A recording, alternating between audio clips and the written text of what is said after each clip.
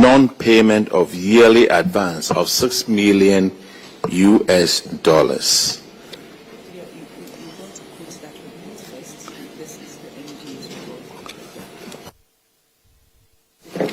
And I'm quoting from the report of the Auditor General on the public accounts of Ghana, ministries, departments, and other agencies for the year ended 31st December 2024. Now, the ministry, there was a contract of commercialization of e-government infrastructure between Ministry of Communications and Deliberations. That was a name during her government's time. Now we have changed the name. You said what? No. And infrastructure. And Lebara Ghana Limited, signed on August 15, 2018, says that during the term of the initial 5-year period of the contract, Lebara Ghana shall make an advance payment of $2 million US for the first year, and thereafter a yearly advance payment of $1 million US to Ministry of Communications and Deliberations.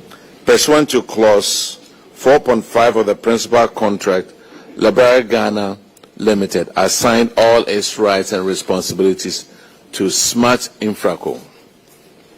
We noted that between 2020 and 2024, Smart Infraco, a special purpose vehicle, failed to remit to the ministry a total amount of $6 million as yearly advance payment, which becomes due on the first quarter of each year. And then it has the years over here. 2020, $2 million not paid. 2021, $1 million not paid.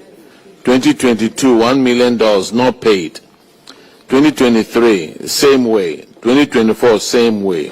We recommend that the Chief Director should recover the total amount of $6 million US with interest at the prevailing Bank of Ghana rate from Smart Infraco, failing which remedies as stipulated in the contract should be activated. Minister, what says you? Thank you very much, Chair. Chair, this contract actually started in 2015 when I served on the board of the National IT Agency. In fact, Madam Rita Shraha, who is today Managing Director, was also on the board at the time when that board approved for the then MD to engage Lebara. The contract was not consummated before we left office in 2016, and the Akufo-Addo government took the decision to sign with Lebara in 2018. The terms of the contract are as you have read out in the Auditor General's report. However, we have been appraised of addendums to the original contract. Addendums which have sought to alter the letter and spirit of the original contract. The original contract was for Lebara Ghana, a private company, to commercialize the excess capacity of NITA, the National IT Agency. There had been about $300 million worth of investment by the John Mahama I administration. And so we asked that the infrastructure of NITA should be commercialized and there should be a profit sharing between the private entity and NITA. However, we were very clear that it should be on new business. So NITA already had a number of government agencies as its client. That business was supposed to be exempt from this commercialization because this new entity was not going to be bringing in this new business. But for example, on the Eastern Corridor Fiber, you had 48 core, and at that time we were using less than 6 core. And so to commercialize the rest of the infrastructure, we said we needed a private vehicle to do this. There were 120 LTE base stations which we thought could be commercialized. Mr. Chair, or Madam Chair, it's become evident to us that there have been 2 addendums that have changed the contract, handed over fully the entire government infrastructure to this private entity. In fact, an SPV was set up called Smart Infraco that took over all rights of Libara Ghana. Now, I have referred this to the Attorney General for his advice, and so, but the issues we have raised for the Attorney General to advise us on is that the terms of the original contract stated that Libara could not assign more than 20% of their rights to a third party. Now, the current situation is an SPV has been set up called Smart Infraco that has taken over 100% of Libara's rights. The other issue that arises is the fact that when we took over the ministry and there was the need to change passwords for some government agencies, it became clear to me, and unfortunately my Director General for NITA is not here, he's a bit under the weather. NITA had no access to the National Data Center. Minister, you mentioned that the terms had changed in one breath, and in another breath you also said that they had also amended the main contract. So isn't the change of terms, wasn't it as a result of the amendments of the original contract? Exactly so, Madam Chair. But again, I leave this for the advice of the Attorney General and the lawyers, that you cannot alter the terms of a parent contract in such a manner that vitiates the intent of the original contract. Because the original contract said you could not assign more than 20%. Now you have a situation where you've done an addendum that has taken over the entire rights and handed them over. So again, that's a question for the lawyers to determine if that is legally right and permissible by our laws. But the change in the terms are on the basis of that addendum. Now the question is, against the spirit and letter of the original contract, is that admissible? The fact that it was signed, is it legally tenable, and is that's a matter for the Attorney General that we've written to. But like the point I was making was, when we took over office and when I was appointed in February 2025, we realized that NITA, the National IT Agency, had absolutely no access to the National Data Center, and for them to be able to effect the changes, they needed to make a request to the private entity, Smart Infraco. That I called the meeting immediately and requested for a meeting, and now NITA has root access to the National Data Center and has fiscal access as well to the data center. On the issue of the 6 million, that was part of the original contract. Now my understanding from the briefings we've received is that Smart Infraco says they spent money doing rectification of the infrastructure that they acquired. And for that reason, they are offsetting it against what was supposed to be deliverables to NITA. My position as minister has been clear. You have an obligation under the contract, meet those obligations. Pay the $6 million to NITA. Then submit your claims for any rectifications that you did. Let that be authenticated and verified. And then let's see the terms of the contract. Did the terms of the agreement say that you were supposed to take the infrastructure in situ the way it was? Or were you supposed to take it and rectify it at the expense of the state? Those are questions that need to be settled. So this 6 million is owed the state, and we've written to the Attorney General to advise us on the steps to reclaim the $6 million. But Mr. Chair, the last point I will make is that I believe that this matter is of grave national importance, because the infrastructure we talk about is our national data center. That's where all our critical assets sit. As we speak, the country is aware of what's going on with the Ministry of Health and the LIMS contract. Mr. Chair, the Ministry of Health has reached out to us to provide some support for the stopgap measure they want to do. Now, we are being told that that contract, which is not being, or this service that we are going to render from the National Data Center to the Ministry of Health, must be signed with this private entity and payments made to the private entity. And so I have written officially to the Director General of NITA, instructing him to engage the Ministry of Health directly and not through the private entity, because the asset is the property of the Ghanaian people, paid for in full by the Ghanaian people with our taxes, and this is another government agency we are offering services to. If any payments will be made, it will be made to NITA directly. The terms of the contract must be that Smart Infraco should go and bring new contracts and new jobs and share revenue, and not that they sit back and then our government asset has been handed over to a private entity and they are commercializing it and taking all the revenue. This is what I inherited, and this is what we are trying to fix. Thank you very much, Minister. I can understand the explanations you are giving to this committee. Our concern has to do with public funds that ought to come to the public. Whatever you are suggesting sounds to me like a policy direction that you want to undertake. When the report came before this committee, we wrote to the companies involved, and they have also given us their response. But just so we are all on the same page and we do not take these things so lightly, I want to read to you that the report from Smart Infraco, they claim that clause 6 required that Smart Infraco restored all infrastructure within 12 months using its own capital.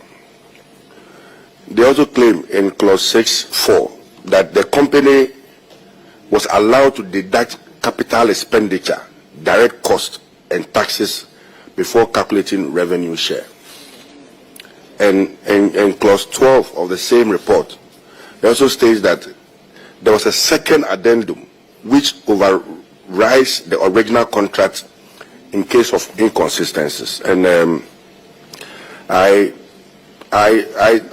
seem to understand your concern with changes in contracts and all of that, but with a few contract law that we've learned, this is a clear case of novation. One company, one private company moving to the other. Because we are not here, and because it also involves some legal documents and all of that, that is why we're also reading to you the response that you have given to this committee. So I want to find out from you if you have an idea of what the company is saying, and that the clauses that they claim, especially clause 6 and 12, are contained in the report. Thank you. Thank you very much, Chair. I've just pulled out the contract, and I'm going to read the original contract, the parent contract. I'm going to read clause 4, and the heading for 4 is cost and risk.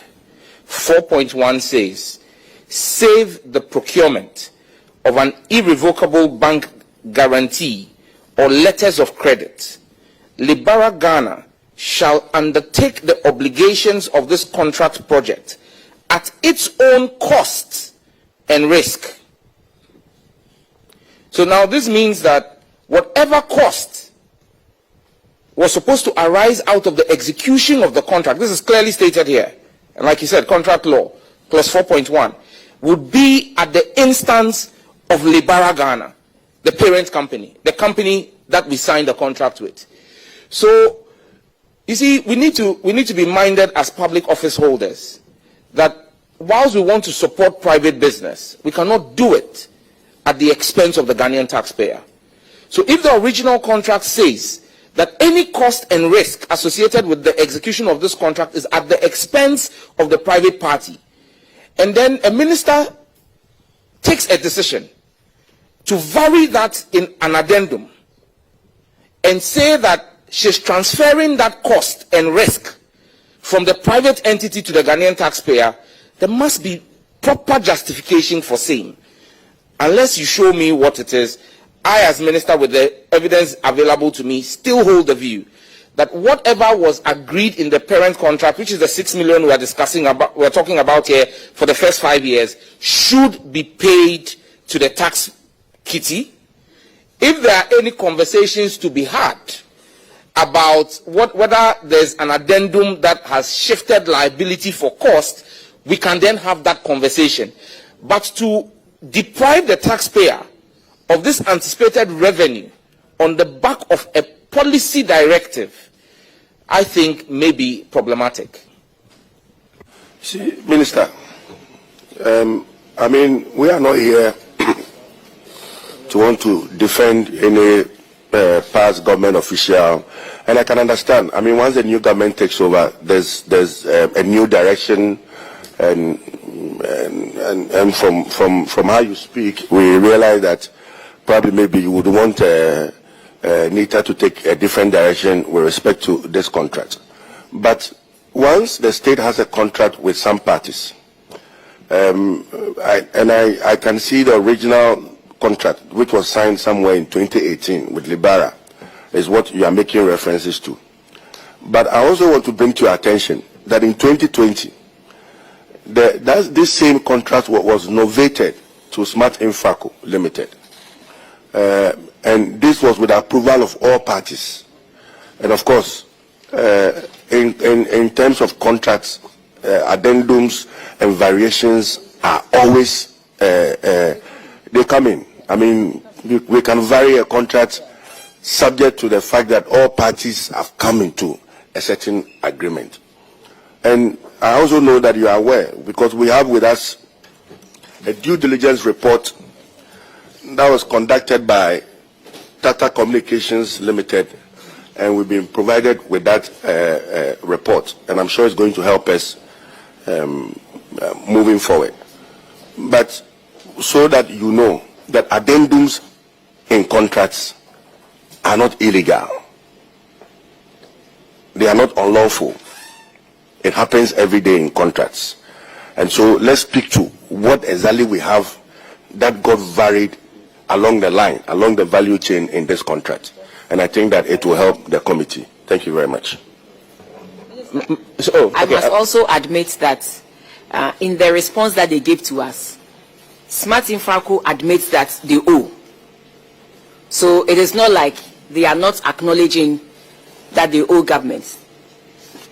From their reports, the report that they gave to us on page 5 of 8, it says that Smart Infraco acknowledges the outstanding amount of $1 million, in addition to a balance of $162,518, and which has been featured in the accounts and submitted to the ministry. So there is some liability that they themselves have acknowledged. But from what I read from their reports, that the addendum necessitated a change in the advance payments. You can correct me if I'm wrong. But from what I have read, they are saying that the addendum that they made to the original contract, the variation that they made to the original contract, necessitated a change in the advance payments. But you can correct me if I'm wrong. But this is what is in front of me. But you can correct me if I'm wrong, Minister. Thank you very much, Chair. Chair, you are absolutely correct that that is the position of Smart Infraco. But that's why I started by saying that this is not about what Sam George's position is or what Smart Infraco's position is. It's about what the position of the law is. Nobody has said that addendums to a law, to a contract are illegal. I have never made that claim here. Addendums are a legal part, are part of the legal process of contracting. However, the question we're raising is that when addendums change substantially what the original contract was, we have chosen to subject that to the Attorney General's advice. And that's why I'm saying that if today you have a report which we are not privy to, the document you reference as a response from Smart Infraco to the committee, we haven't seen at the ministry. But if in that they admit some liability, it comes back to support my initial submission and position that the 6 million ought to be paid to the states. When that is paid to the state, they can make whatever claims, because let's not forget, the claims are now being made on the back of the addendum. Not because the parent contract says that all the cost and risk should be borne by the private entity. Now they are saying that the addendum allows for them to move that liability to government. Because that's why they are saying that they don't owe 6 million. The cost that they claim they spent in rectifying the infrastructure is the reason why, in their response to you, I want to believe they are saying that liability is not 6 million, but 1 million and about 160,000, if I heard you right, Madam Chair. And so that's why I'm saying that claim must be submitted. That claim cannot be made by the private entity and then say that we have decided that government owes us this, so we are deducting it from government's money, and this is what we will give. No, that power does not rest with a private entity. As for that one, I agree with you 100%. Thank you. And so the point is that we should validate the costs that they claim they charged, the profits that they earned, and then to find out truly if that was so. And then we can make progress and see where they owe us and then they need to pay, or where, we need to offset them with one thing or the other. But truly, I understand that we need to validate the costs involved. That's the point of the ministry. I have gone through the reports myself, and then in a couple of, in certain years, you see the revenue and then you see the costs. They charge the costs that they said they have incurred to the revenue, and we end up, when I say we, I mean government ends up owing them some money. So it is, in the light of all that is happening, I strongly believe that yes, we should validate all the costs that they charge to the revenues that came in, and where they ought to pay, they pay. And so as for revalidating those terms, and in terms of the costs that they applied to the revenues after the addendum or the renewal, the tweaking of the contracts, I believe that we should look at it and put it in perspective. Yeah. Thank you, Madam Chair. I'm happy that we are in agreement that there needs to be a validation of the claims, and then we on the back of that, decide how to proceed. But bottom line is, so long as there is an obligation to the state, that must be met. Because if you don't meet that, then, as the auditors have indicated, we will begin to charge interest at prevailing bank rates because you are holding government revenue. So it's best that they submit what is owed to the state whilst we do the validation. Because if the longer they hold it, to settle the Auditor General, we would have to surcharge them the interest on the monies that they are holding at the prevailing bank rate. Yeah, thank you. But, Minister, are you able to provide this committee copies of the original contract, the various variations that happen along the value chain, i.e. the various addendums, the first one and the second one, so that we can run that alongside the response that they gave us and the due diligence, so that the committee can arrive? We need those documents from you. Can you assure the committee of these documents? Madam Chair, if I'm a minister for digital technology, if you would allow me apply digital technology, I can actually send it to you electronically right now. We will be very before I rise from the chair. We'll be very you can have the secretariat print. So I'm just going to forward it to Madam Chair and yourself. Thank you. You see, honorable members, what we need to look at is what the auditors recommended.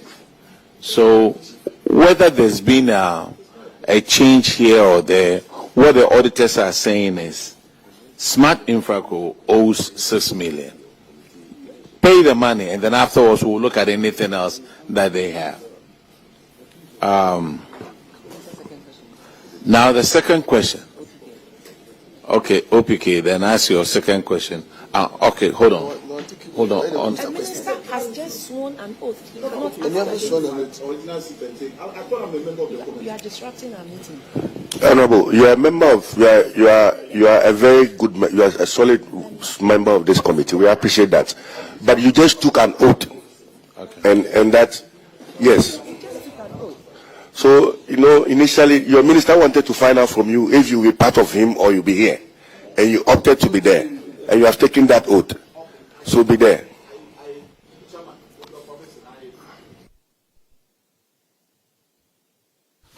Chairman, like my colleague OPK Riley said, I am a member of the committee. And we are speaking to an audit report, but I heard my colleague reading from a report from the company that we are discussing, a report to him alone, and not to all the members of the committee. If you have a copy, I, as a member, I do not have a copy. Please, I'm coming. I think that there were recommendations by the auditors who audited the ministries, and they recommended that an amount of $6 million should be retrieved from the said company. We are speaking to the report. My colleague, I was expecting him to ask the auditors what were their point of references when they were conducting that audit. He chose to ignore, and he spoke to a document before him. And he was asking questions or reading to the minister from document that is only presented to him alone. And I don't know where he got the document from. Honorable member. Which, Mr. Chairman, please, if you can allow me to land. I appeared here. Yeah. I represented my minister. And you gave a specific instructions that the chief director, the finance director, and the company, you want them here. You didn't tell me that the company should write to the committee. You said the chief director, the finance director, and the company involved, you wanted them here. I am surprised that I am here to assist my minister, and my colleague is actually reading from a report purported to be coming from the company. And so when you do that, and the auditors are sitting here, I seem to be lost. So I don't know which one we are speaking to.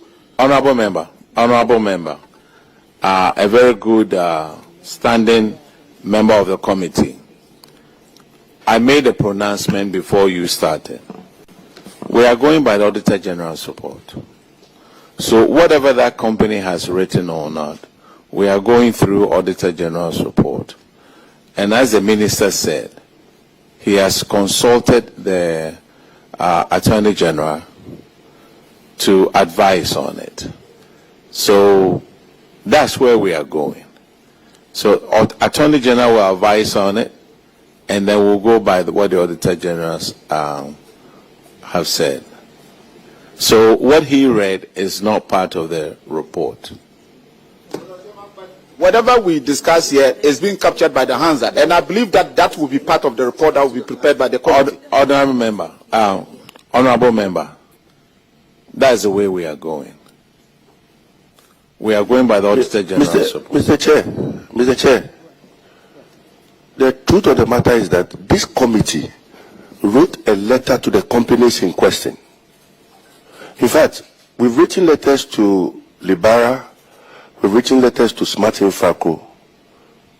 First was for them to appear before this committee, and they gave us a detailed response, and this came from Smart Infraco because, I mean, like we all said, the initial contract was between the state and Libara, but later it was novated to Smart Infraco, and they are those handling the thing now.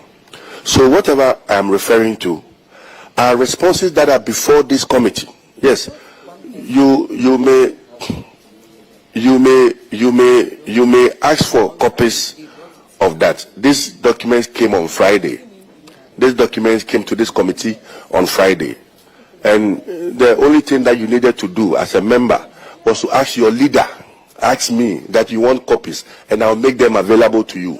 But you can't be in these two shoes. You have sworn an oath to be a member of the ministry, and now you are challenging on a committee works. I don't think it is proper. I mean, nothing untoward has happened, and what we seek to do is to find out the truth and how we are able to save the state money. That is all we are interested in this committee. Thank you very much. Honorable members, honorable members, I have ruled on it. We are going by what the Auditor General has given us. And if we have any issues, the ministry has any issues, you are going through the Attorney General. Let it stay the way that it is.